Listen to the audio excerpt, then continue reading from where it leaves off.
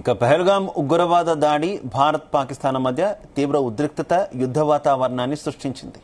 26 మందిని బలి తీసుకున్న ఈ ఉగ్రదాడిలో పాకిస్తాన్ లష్కరే తోయిబా ప్రమేయం ఉన్నట్టు స్పష్టంగా తేలింది.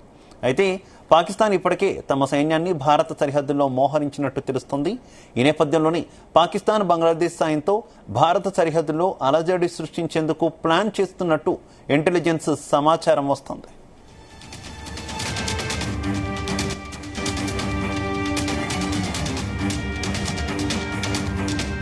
ఈ మేరకు బంగ్లాదేశ్ మయన్మార్ సరిహద్దుల్లో భారత్ హై అలర్ట్ ప్రకటించింది. రాడికల్ గ్రూపులను పాకిస్తాన్ గూఢచార సంస్థ ఇంటర్ సర్వీసెస్ ఇంటెలిజెన్స్ యాక్టివ్ చేసినట్టు తెలుస్తోంది. రెచ్చగొట్టి అల్లర్లు సృష్టించేందుకు ప్రయత్నాలు చేస్తోందని భారత నిఘా వర్గాలు హెచ్చరిస్తున్నాయి. ఇక హై సర్వలైన్స్ లో నిఘా వర్గాలు ఉన్నాయి. బంగ్లా సరిహద్దుల్లో భారత సైనిక దళాలు అప్రమత్తమయ్యాయి.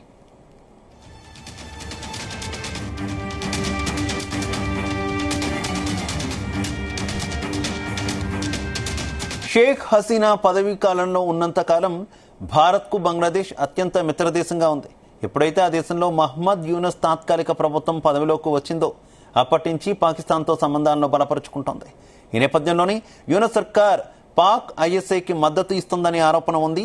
ఇక బంగ్లాదేశ్లో పాకిస్తాన్ సైనిక అధికారులు ఉన్నట్టు భారత నిఘా సంస్థల నివేదికలు చెబుతున్నాయి. రోహింగ్యా శరణార్థుల్ని ఉపయోగించి అస్థిరపరిచే ప్రయత్నాలకు తెరతీసింది. దీనికి తోడు బెంగాల్లో నకిలీ పాస్పోర్ట్లో ఉన్న పాక్ జాతీయున్ని అరెస్టు చేయడం కలకలం సృష్టించింది. మరోవైపు ఉగ్రవాదం జాతీయ భద్రతతో రాజీ పడేది లేదని కేంద్రం పునరుద్ఘాటించింది. ఇక ఇదే విషయానికి సంబంధించి మరింత సమాచారం మా చీఫ్ న్యూస్ కోఆర్డినేటర్ రాధాకృష్ణ అందిస్తారు. రాధాకృష్ణ.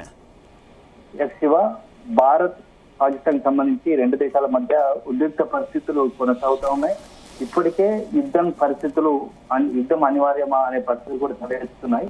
ఈ నేపథ్యంలో ఇప్పుడు పాకిస్తాన్ మరొక కొత్త కుట్రకు తెరలేపినట్టుగా తెలుస్తా ఉంది.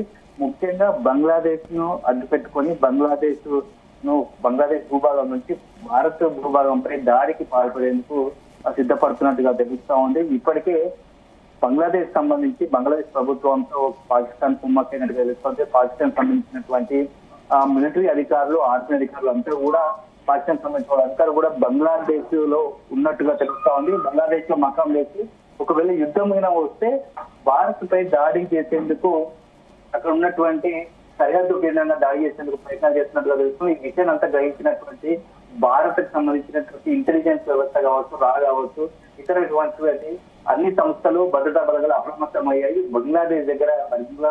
భారత్ బంగ్లాదేశ్ సరిహద్దు వద్ద పెద్ద ఎత్తున భద్రతను ఏర్పాటు చేశారు. అక్కడ కూడా భారత్ సంబంధించినటువంటి ఆర్మీ బలగాలు మోహరించి ఎప్పటికప్పుడు పరిస్థితిని సమీక్షిస్తున్నాయి. అదే సందర్భంలో మయన్మార్ తీర ప్రాంతంలో కూడా భారత్ సంబంధించి మయన్మార్ తీర ప్రాంతంలో కూడా భద్రతా బలగాలను అలర్ట్ చేశారు. ఎందుకంటే ఇక్కడ ఉన్నటువంటి సరిహద్దు కేంద్రంగా భారత్ పై దాడికి పాల్పడే అవకాశం ఉన్నట్టుగా ఇంటెలిజెన్స్ మనకి ఇప్పటికే గుర్తించింది. పాకిస్తాన్ బంగ్లాదేశ్ సంబంధించినటువంటి ఈ మధ్య కాలంలో షేక్ హసీనా గతంలో బంగ్లాదేశ్ ప్రధాని షేక్ హసీనా ఉన్న రోజులు భారత్ సన్నిహిత సంబంధాలు కలిగి ఉండేది. భారత్ సంబంధించి బంగ్లా మధ్య మంచి సంబంధాలు ఉండేవి. ఎప్పుడైతే ఇప్పుడు ప్రస్తుతం ఉన్నటువంటి ఆ తాత్కాలిక ప్రభుత్వంతో భారత్ కొంత పొచ్చడం లేదు. ఎందుకంటే ముఖ్యంగా బంగ్లాదేశ్ ఇటీవల కాలంలో హిందువులపై దాడులు పెరిగిపోయాయి. దీనిపైన పెద్ద ఎత్తున భారత్ తీవ్ర నిరసన వ్యక్తం చేసింది. సో అదే సందర్భంలో బంగ్లాదేశ్ లో ఉన్నటువంటి ప్రభుత్వ తీరుపైన పెద్ద ఎత్తున మండిపడుతుంది. సో దీన్నే ఉద్దేశించుకొని దీన్నే ఆసరాగా చేసుకుని పాకిస్తాన్ కొత్త కుట్రలకు తెరలేపుతా ఉంది. అక్కడ ఉన్నటువంటి తాత్కాలిక ప్రభుత్వంతో చేయి కలిపి భారత్ పై దాడికి పాల్పడేందుకు కుట్రలు పండుతున్నట్టుగా తెలుస్తోంది. అక్కడ ఉన్నటువంటి యూనిట్ సర్కార్ తో పాకిస్తాన్ ప్రభుత్వం సంప్రదింపులు చేసి బంగ్లాదేశ్ సరిహద్దు గుండా భారత్ భూభాగంపై అటాక్ చేసే సిద్ధమవుతోంది. ఈ నేపథ్యంలోనే అక్కడ హైలైట్ చేసినటువంటి భద్రతా బలగాలు మరోవైపు సాంకేతిక పరిజ్ఞానంతో అక్కడ క్షిపరులు కావచ్చు, ఇతరత్ర డ్రోన్ల ద్వారా ఎప్పటికప్పుడు వ్యవస్థను సమీక్షిస్తూ అవసరమైతే అక్కడ ఉన్నటువంటి దాడిని ఎదుర్కోవడానికి, తిప్పుకొట్టడానికి అక్కడ ఉన్నటువంటి రాకెట్ లాంచర్లు కావచ్చు, ఇతరత్ర యుద్ధ సంబంధించినటువంటి అటాక్ ను నిర్వీర్యం చేసే సాంకేతిక పరిజ్ఞానం కనుక్కుంది. సో మొత్తంగా ఇప్పుడున్న పరిస్థితుల్లో భారత్ పాకిస్తాన్ సంబంధించి ఎటువంటి పరిస్థితులు వస్తాయి, యుద్ధం అనివార్యమైతే ఎలాంటి పరిస్థితులు వస్తాయి అనే దానిపైన భారత్ ఒక అంచనాతో ఉంది. దీనికి అనుగుణంగా పాకిస్తాన్ మాత్రం తన వక్రబుద్ధిని కుట్రకోణాన్ని తెరపేసి వస్తుంది. ఇప్పటికే చైనా నుంచి సాంకేతిక పరిజ్ఞానాన్ని ఆ వ్యవస్థను తీసుకుంటున్నటువంటి పాకిస్తాన్. అదే విధంగా ఇప్పుడు బంగ్లాదేశ్ మయన్మార్ సరిహద్దు నుంచి భారత్ పై దాడికి చేసే ప్రయత్నాలు చేస్తా ఉంది. ఇదే సందర్భంగా టర్కీ నుంచి కూడా కొన్ని యుద్ధ విమానాలు తీసుకొచ్చినట్టుగా, యుద్ధ విమానాల సహాయం కోరినట్టుగా ఎందుకంటే పెద్ద ఎత్తున వార్తలు కూడా వచ్చాయి. సో మొత్తంగా ఇప్పుడున్న పరిస్థితిలో భారత్ నుంచి ఈ దాడిని ఎదుర్కోవడానికి ఒకవైపు ముప్పేట దాడి ప్రపంచ దేశాల్లో అంతర్రాజ్య అమెరికా నుంచి మొదలు పెడితే ప్రపంచ దేశం అంతర్జాతీయంగా పాకిస్తాన్ తీవ్రవాద కేంద్రంగా మారింది, పాకిస్తాన్ తీవ్రవాదులకు అడ్డగా మారింది. అలాంటి అయితే రాధాకృష్ణ, ఒకవేళ బంగ్లా సాయంతో, మయన్మార్ సాయంతో పాకిస్తాన్ ఏమైనా పిచ్చి చేష్టలు గనక చేస్తే భారత్ ఏ రకంగా ఎదుర్కోబోతుంది?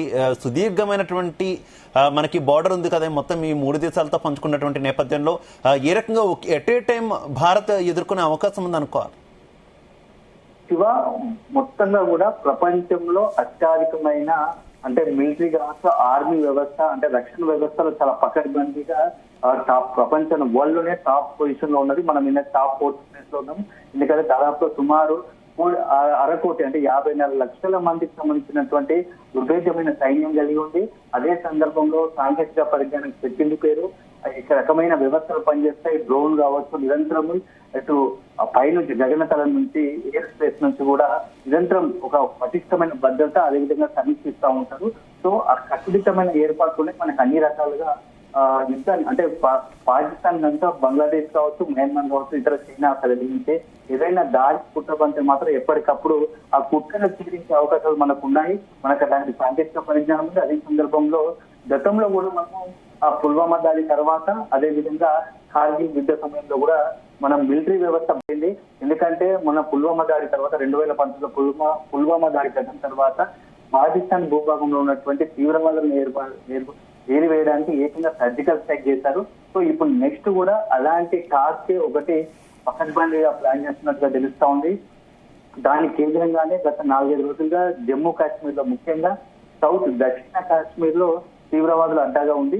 అక్కడ పెద్ద ఎత్తున కూంబింగ్ సర్చ్ ఆపరేషన్ జరుగుతా ఉంది. ఇటీవల పెహల్గాం దాడికి ఘటనకు పాల్పడ్డ తీవ్రవాదులు కూడా అక్కడే దాచుకున్నారని, అక్కడే నక్కి ఉన్నారు, దాచుకున్నారని ఒక సమాచారం ఇప్పటికే భారత ఎన్ఐఏకు అంటే ఇంటెలిజెన్స్ తో పాటుగా ఎన్ఐఏకు ఆ దర్యాప్తు సంస్థ కూడా సమాచారం అందింది. వాళ్ళు కూడా అక్కడనే 2 రోజులుగా అక్కడనే మకాం చేసి ఆ తీవ్రవాదం పట్టుకునే ప్రయత్నం చేస్తున్నారు. మనకు సాయంత్రం ఉన్న సమాచారం ప్రకారం ఏంటంటే పక్కా సమాచారంతో వాటిని అయితే పెహల్గాం దాడి ఘటన పాల్పడిన తీవ్రవాదులను రౌండప్ చేశారు. ఈ రోజు రాత్రికో రేపో వాళ్ళని అఫీషియల్ గా పట్టుకోవడమా లేకుంటే వారిని ఎన్కౌంటర్ చేయడమా ఏదైతే ఒక జరిగే అవకాశాలు ఉన్నట్లు తెలుస్తోంది. ఎందుకంటే ఇప్పటికే పాకిస్తాన్ నుంచి కూడా అలాంటి సమాచారం ఉంది. పాకిస్తాన్ వాళ్ళు సేఫ్ జోన్ లో ఉండడానికి మరికొంతమంది తీవ్రవాదులను పిఓకేకి సంబంధించి బార్డర్ నుంచి భారత్ సరిహద్దులకు పంపించినట్టుగా తెలుస్తోంది. వాళ్ళని కాపాడేందుకు ఒక పెద్ద వ్యవస్థను మరికొంతమంది తీవ్రవాదులను వారికి రక్షణ కవచంగా ఉన్నారనే సమాచారం అందింది.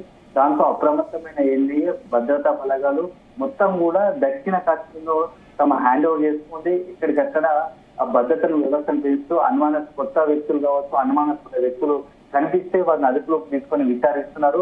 ఈ మొత్తం వ్యవహారానికి మాత్రం కీలకంగా భావిస్తున్నటువంటి మొన్నటి పెహల్గాం దాడి ఘటన 22 రోజులు ఏప్రిల్ 22వ తేదీన జరిగిన ఘటన రోజు, ఆ రోజు ఏదైతే అక్కడ బైటరన్ లోయలో జిప్ రైడర్ ఉన్నాడో ఆ జిప్ రైడర్ సంబంధించినటువంటి ఇచ్చిన సమాచారం ప్రకారం ఇదంతా ఎన్ఐఏ దర్యాప్తు చాలా కీలకంగా పడిందని చెప్పవచ్చు.